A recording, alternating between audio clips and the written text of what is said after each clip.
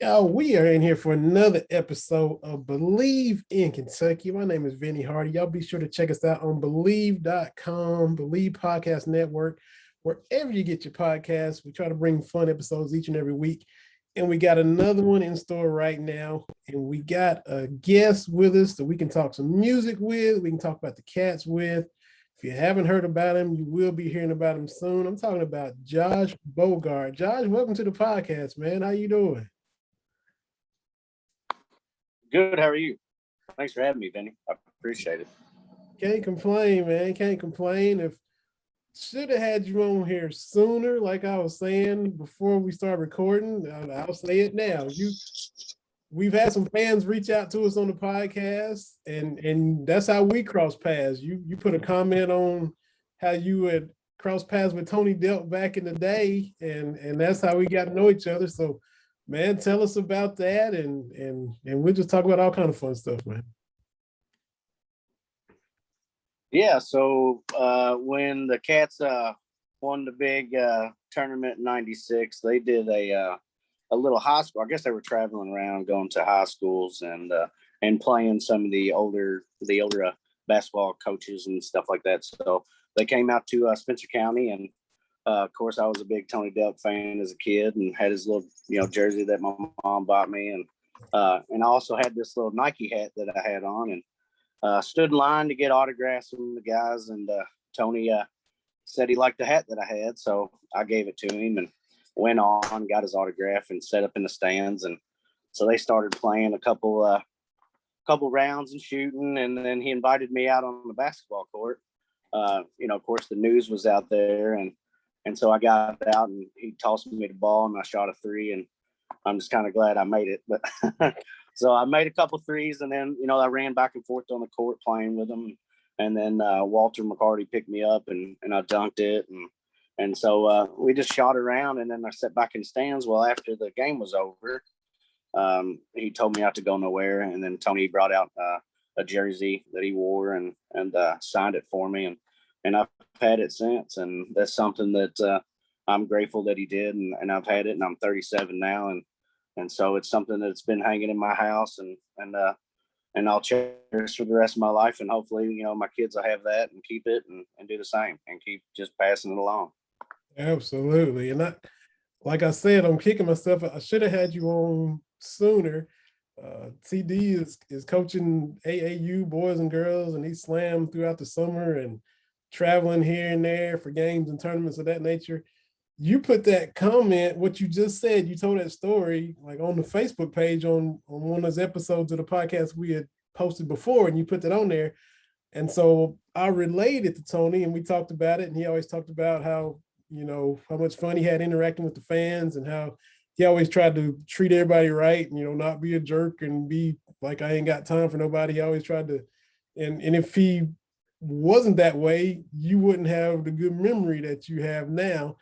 I should have had you on with him on, and then we could, but that's me not thinking. So, but glad to have you on now for sure. Well, thank you. I don't even know if you would have brought me on if I would have been to say anything. It'd have been all starstruck.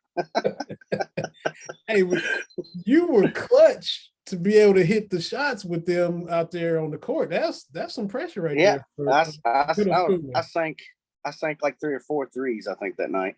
Yeah. I got a recording from the TV station. It's on. That's back when VHSs were still around. I don't even know if anybody knows what them are anymore. I'm 43, so I know about it. Yeah, so it's something that I got the VHS somewhere hidden. I don't even know if they even make them things to even play it anymore. But I still got it. But yeah, that it is true what he said about with me being a musician and rising up in Kentucky and playing music. I hold the same thing when I meet fans of mine and people that listen to my music. Is I try to speak and talk to everybody.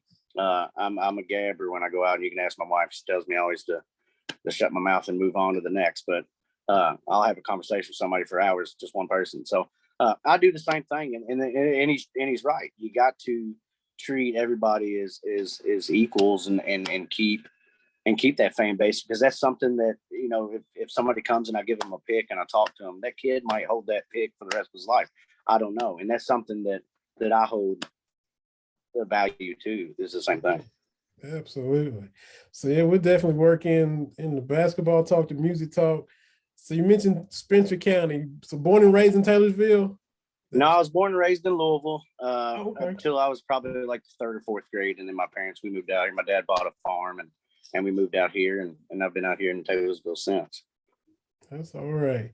So you mentioned the music. So for everybody that doesn't know, you're what, up and coming country music artist, countries, little rock, a little bit of both. How you Yeah, kind of put you in a box? I try not to put myself in a category. I know it's country, but some people call it folk country. When I write music and I do music, pretty much anything that I write, however it comes out, I put it and release it that way. So I got some songs that they say are folky and Americana, and then I got some of the southern country stuff, and then I got one I just released that was kind of, they put it in outlaw country. So it's just I just put it country. Well, I pull you up. I'm a Spotify guy, Josh. So I pull you up and I see we got a Cold Dead Hands in 2016, Better All the Time in 2018, and Just for Tonight in 2020. So you got you a nice catalog going already. Yeah, I got some of that. Some of my songs also. I got Whiskey and Wine. Some of that stuff you gotta search for it. I had a hard time here lately. I just changed distributors, so I'm trying to figure out getting some of the rest of my songs on there. But if you got an iPhone or a Google Play or iHeartRadio, I'm also on a lot of the other music venue things too. So that'll work. So going back to the Cats, so we'll switch back and forth. You're a Kentucky fan in everything, and just more basketball or football? You Kentucky through and through? I'm a Kentucky through and through. So I started my brother DJ. He I'd hate to bring it up, but I started watching basketball during about the time that the whole Christian Laettner thing happened, and I cried on that day. My brother, we watched that game, and I've been a Cats fan since. But my whole family, man, that they bleed blue. My mom's side, my dad's side, that's all I've known. I got a couple U of L fans in there, but we don't really try to talk to them too much. Yeah. But rivalry is what it is. It is. And so I started watching, like Travis Ford and started really kind of watching it from then. And of course, I know Ray Jean Rondo. I met him. He went to Eastern High School and stuff. I hung out with him and a few times. And so just, it's been in my blood since. And I've been watching basketball and my boy, I got him playing football and I'm friends with Cash Daniels. I met Cash through playing in Lexington a lot and at Austin City Saloon. And we became friends. And actually my son just went to one of the camps they just had. And Cash sent me a message and said my boy did really good at his station. So that's good stuff right there. That is good stuff. Flipping back to music, man, you are back to back, I guess, defending 2019-2020 Josie Music Award winner. Tell me what's the Josie Music Award and how'd you scoop up 2 in a row? So the Josie Music Awards is the largest independent music award show in the world. So anybody that's not signed to a major record label can put in for that, or you can do it, or your fans can put you in for nominations for that. So out of our first one that we did, we got to play the Josie Awards, and so you're pretty much sitting in a group of all your peers in music they had it from all over the world. I met some people from Ireland and stuff. So it's the largest independent music award show. So that year we played the song Better All the Time. It was featured that we played. And then we came home with country artist of the year and modern country band of the year that year. And then last year I got entertainer of the year and song of the year. Man, cleaning up. Yeah, I'm happy. And I got 5 nominations this year. Okay. Okay. So already got wins in 19 and 20, and now you're going back for more in 21. That's all right. Yeah, I'm keeping my fingers crossed. I bring home at least one. So this year I got something new. So I got a fashion award this year. Oh, okay. So I don't know if you know that I make custom felt hats. I just Nope. started doing that. So Okay. I've been making felt hats, and they got me. I got a lot of artists that are calling and buying hats from me that are all custom to designs, and I got Taylor Austin Dyes getting one. Friends of mine from the Steelwoods, the tour manager. I've made some local artists in Lexington that's got some, and things are blowing up pretty good for the hat making thing. So, That's but I all got a right. fashion one for that, so I'm hoping I bring home that one. That'd be different. Where are they having the awards at this year? They do it at Pigeon Forge Really? every year. Wow. Yep. Okay. That is all right. That is all right. Now, you, as far as you said, the Joji Awards are for independent artists who haven't been signed. Are you in a big rush to get signed? You just kind of taking your time, or you want to stay independent? Or It's kind of one.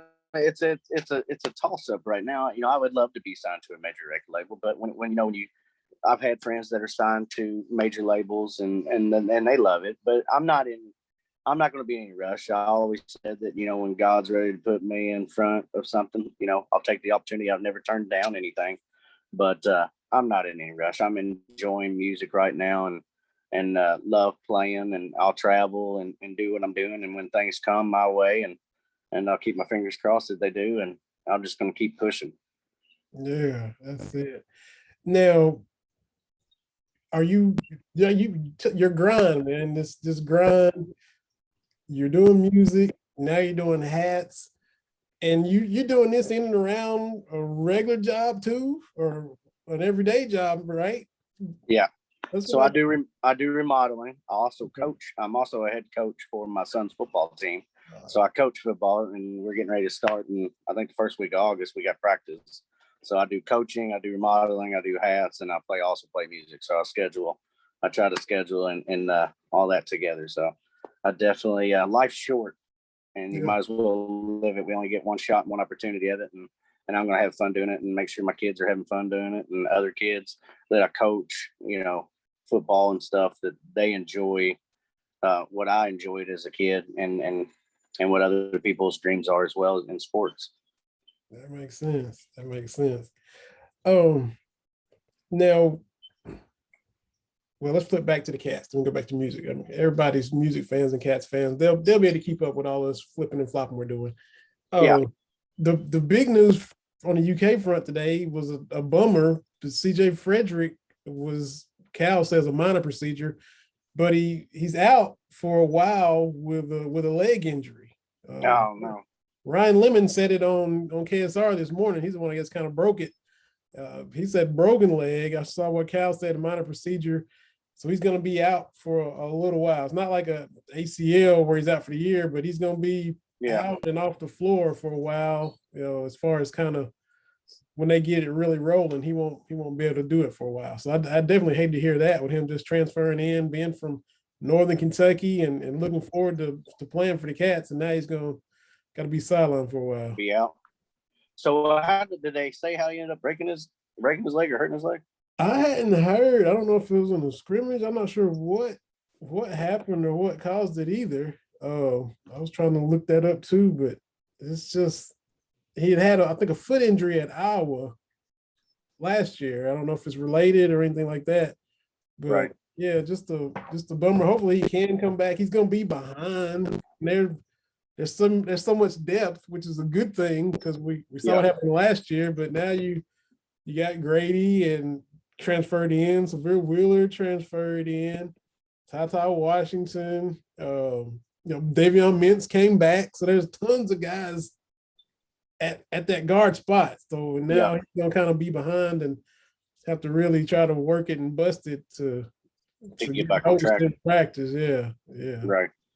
But well, hopefully it'll get it lined out and get him back, because we definitely need him. Yeah, and the whole reason we saw what a struggle it was last year. They couldn't buy a shot all year long.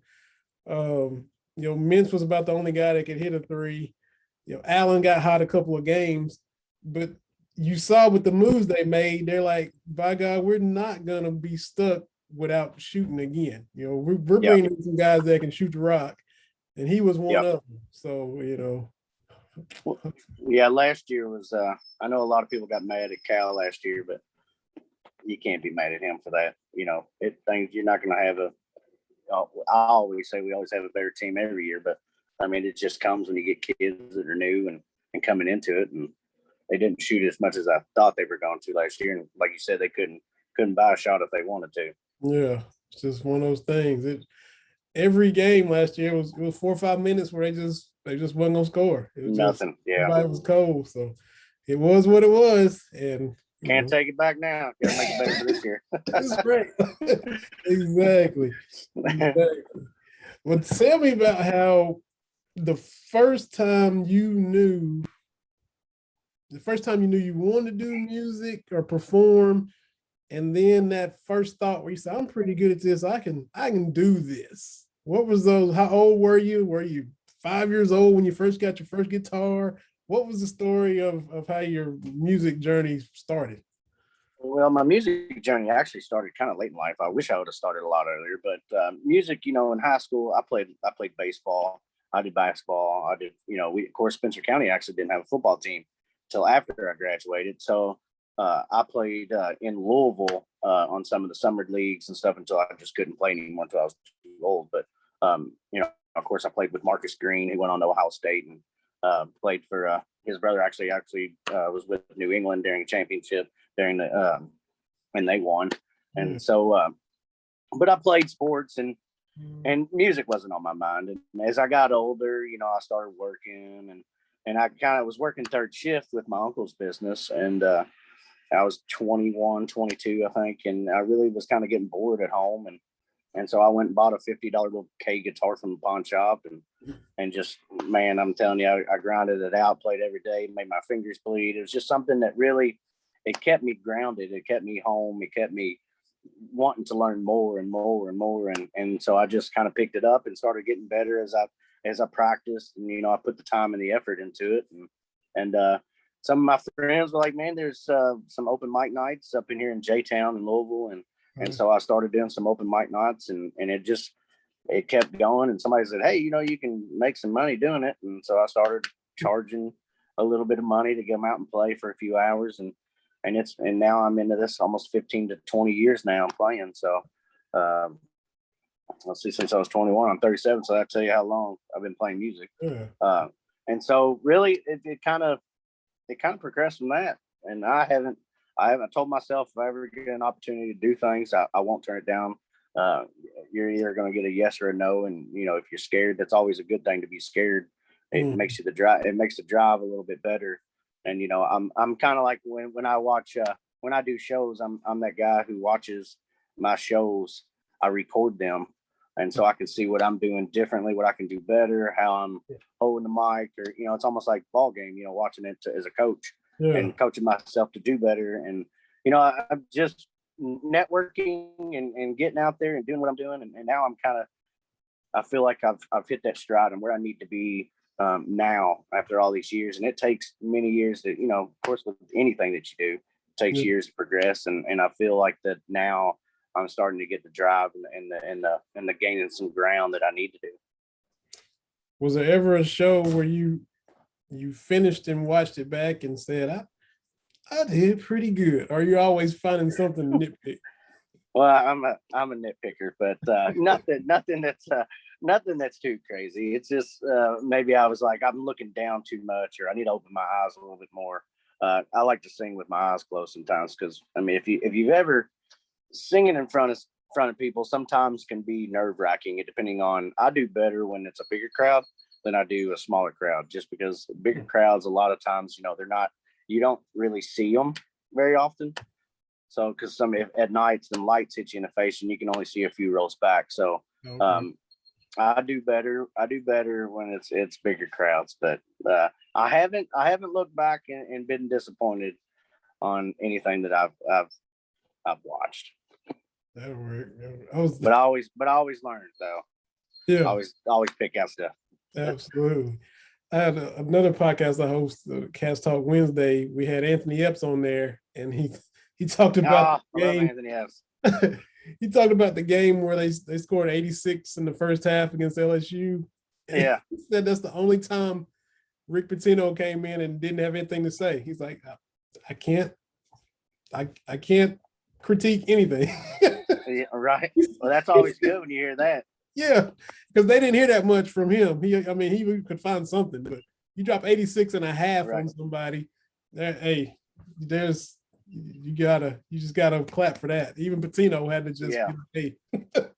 Yeah, sometimes you gotta bow down and be like, all right, yeah, I don't have anything to say. Good job. Absolutely. Now you're solo sometimes you're with the Dirty South as well. Is it all the time y'all together, or you kind of mix it up? Well, here lately I've been doing kind of mixing up. I've slowed down on doing a lot of the solo stuff just since COVID is really kind of, COVID put a damper on music in general all over the place. So it's picking back up right now, but 90% of the stuff that we do is full band stuff. But 2018, 2019, 2017, I mean, we were slammed. We were at it hard, constantly playing. I was doing like 4 or 5 nights a week. I quit my job and went full time playing music. And then of course, COVID hit and put a wrench in everything. So, but yeah, it's slowly starting to pick up, but mostly it's with the full band. I enjoy being with my full band. They're older guys, and I call them my brothers. I'm the youngest one out of the bunch, and it's just they're my team. They're my friends and my brothers. We feed off each other, so I enjoy playing full band than I do by myself. But playing solo by yourself, it really gets you to grow and make you interact more by yourself with the crowd, because it's not heavy. There's not a lot of other instruments, so you really got to kind of hone your own self into making sure that you're being an entertainer when you're solo, and it helps me grow as an artist by myself. So when I do play full band, I'm also bringing that to the table with my guys. That makes sense. So it has benefits on both. Then you write also. Yep. Is it tough? Is there writer's block moments, or is there always some kind of idea, or what do you do when you have that tough I've got nothing moment? Take a break, come back to it. Because man, I'm going to tell you right now, I'm extremely hard on myself when it comes to certain things, and my wife is notorious going, just don't think about it too much. Don't think about it. So when usually I can write a song in 10 minutes, or it can take me days to do it, or months. It just really depends on. I try to write about things that are real. That I don't write. If I do write, it's something that's happened in my life, or somebody close to my life, or I try not to write songs that won't, that people can't relate to. So it's finding the right words to put it out, so somebody else, when they listen to it, can say, that's happened to me. Because music is a way out for myself to get, instead of talking about it, I can put it out for other people to hear. So it's a release for me. But I have writer's block every day. Man. I don't know if like you got people that want to say that there's nothing new you can do musically as far as chords and combinations. I don't know if you have that, or then you got people that's like you said, that you have writer's block, and there's nothing new to write about. So much stuff has been sung about, and so much stuff is eventually there's new chords and new lyrics. It's just sometimes hard to hit on it, isn't it? Yeah, well, you just got to, there's only so many chords that you can use that go together in it. And some songs are going to sound like other songs, and it's just part of music. But it's how you put it together. It's how you phrase words. It's how you say things. It's what you put into that. I mean, you can write a song about a girl a million times, and I mean, it's all over. I mean, I just wrote a song for my wife called "With You," and of course, if you type in with you, there's 100 of them, thousands of them, but it's what you interpret it. So like that song, I've always wanted to go certain places in my life that I haven't visited yet. And the same thing goes for her. So when I wrote that song, I started going, okay, where's the places that I want to visit? Where's some places where I have visited with her? But does any of that really matter? Or is what matters is just being with her. It doesn't matter where we go, as long as I'm with you. And so that's kind of how I started writing that. And there's 1,000 songs like that, but it's how I came across writing it and putting it out, and that stands out differently. The how you put the chords, or how you like say you got the band, like I might put a steel guitar in that, and so the steel guitar players ain't gonna sound all the same. And so it's just it's gonna be different, but there's only so much you can do when it comes to writing. That's true. You talked about how it is you prefer the bigger crowds as opposed to the smaller crowds when you're on stage live, solo or with the band. In the studio, do you just hate doing studio recordings, or do you like that as well, or how is it when it's time to go to the studio? How you feel? Oh, I love going to the studio. Now the first time I've gone to the studio was nerve-wracking, because everybody's staring at you. But and and you're in a room singing to yourself. You got headphones on, but it's just, I like going to the studio and creating. It's that creating factor that I just love to do. And I've come to realize, I can hire in studio musicians and do that, but going to the studio with my band and just when it's so exciting to go into a recording studio with just words and an acoustic.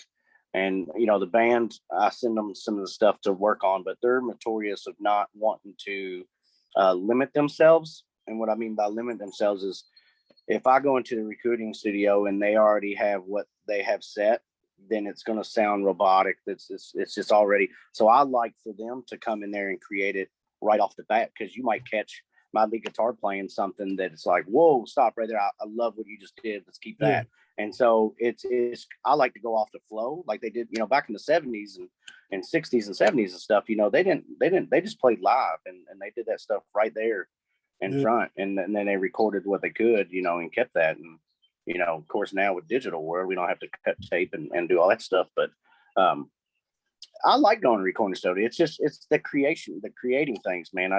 It's fun, and to finally get that final product and hear it on the radio station, it's just, man, it's exhilarating. It's I love it. It makes me cry sometimes, Yeah, I would feel the same way if I was talented enough to put something out that was radio worthy. I feel the same way, Josh. Oh, we can make it happen, Vinny.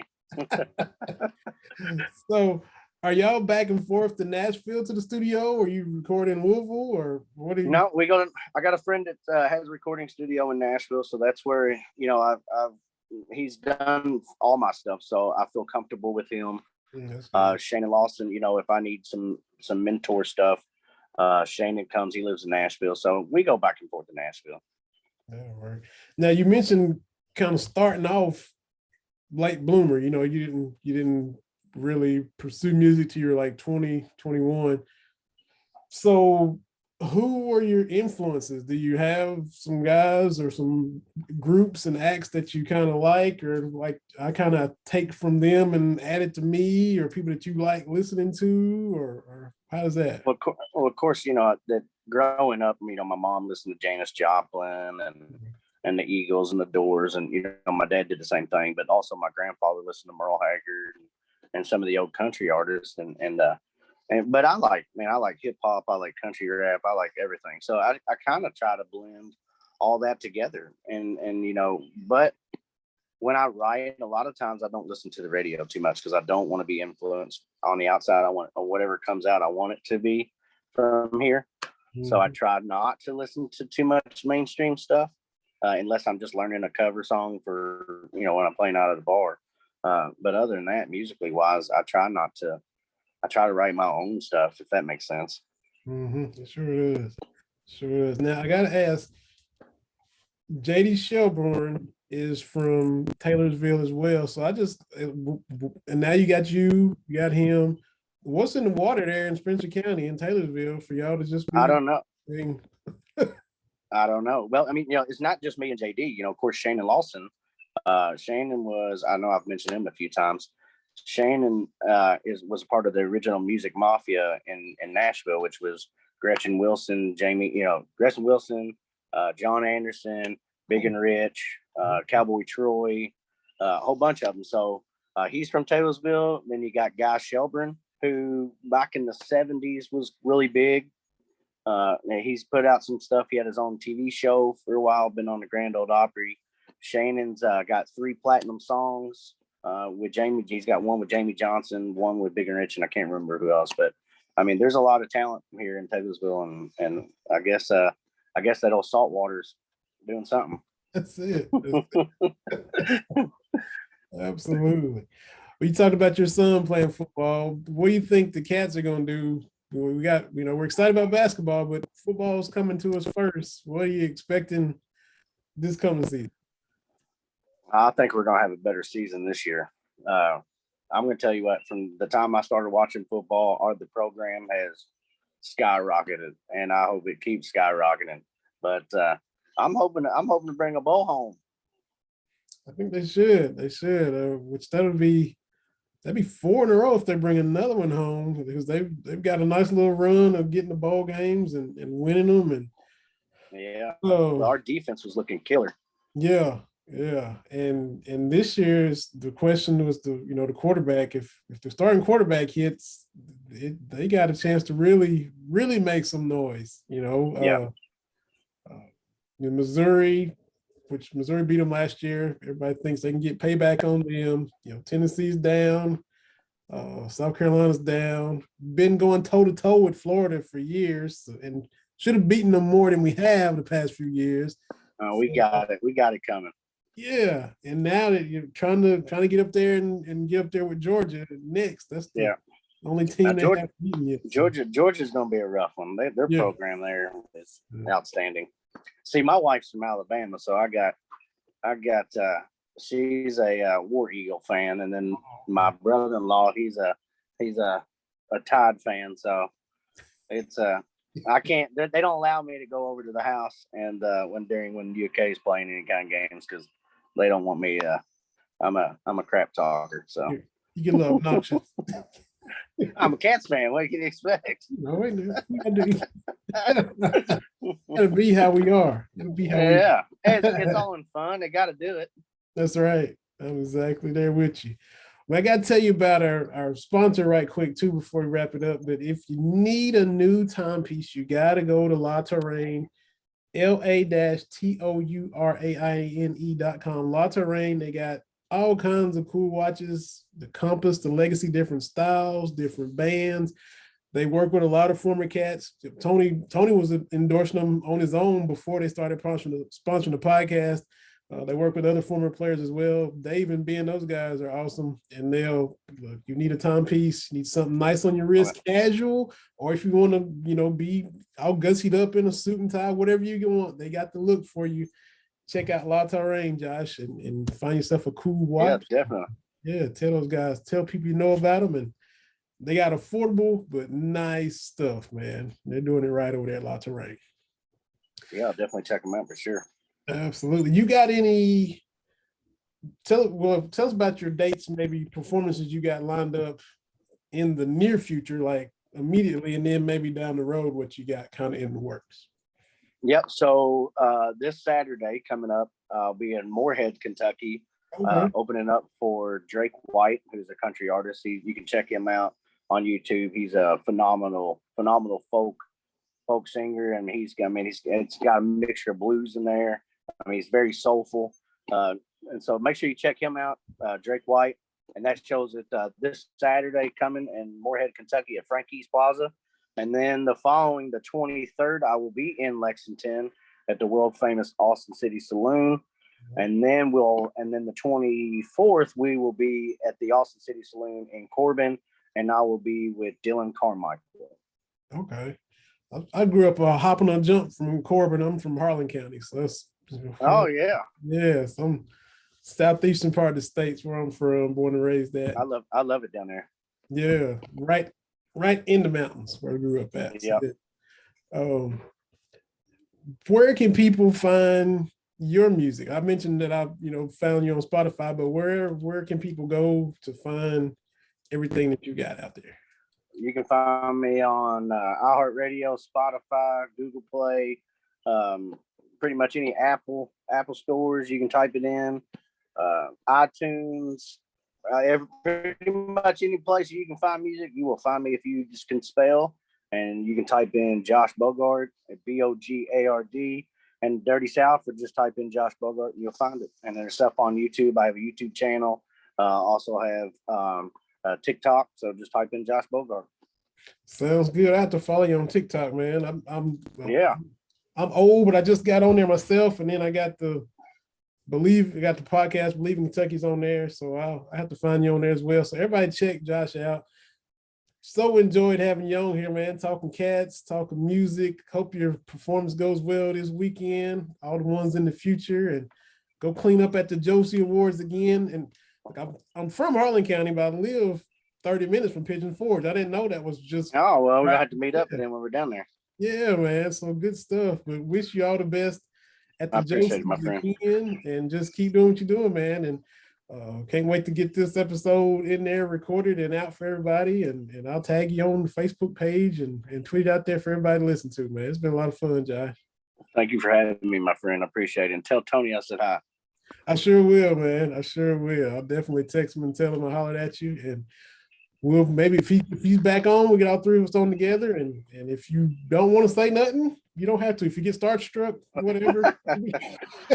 Yeah, I will do it. And hey, if anybody needs any custom hats, make sure you check me out. You can go to Dueling Banjo Hat Company. So if you got something fancy coming up, I got lots of stuff I can do, some different designs. So make sure you go check out some of the stuff I made too. So absolutely. I'm glad you plugged that. I meant to ask you if you had a business name for it. Dueling Banjo. Okay. Yep. Dueling Banjo Hat Company. Yep. And if you can't find that, just like find me up on Facebook, Josh Michael Bogard. Send me a message, and I'll send you some stuff, and we'll make it happen. That'll work. I'm glad you plugged it. Sounds good, man. You got a lot of stuff going on, but hey, it's all good, like you said, and you got to grind at it, and you're working at it, and you're starting to reap the benefits, man. All your years of hard work are paying off, Josh. So congratulations, well, man. I appreciate you. Thank you so much. Absolutely. So y'all check this episode out. It'll be up on Bleav.com, Apple Podcasts, Spotify, wherever you get your podcast. If you miss it there, the fellas over to Sea of Blue always put the episodes up on their website as well. So y'all check this episode out with Josh Bogard. It's been a lot of fun. It's been another episode of Bleav in Kentucky presented by Bet Online. We'll see everybody next week.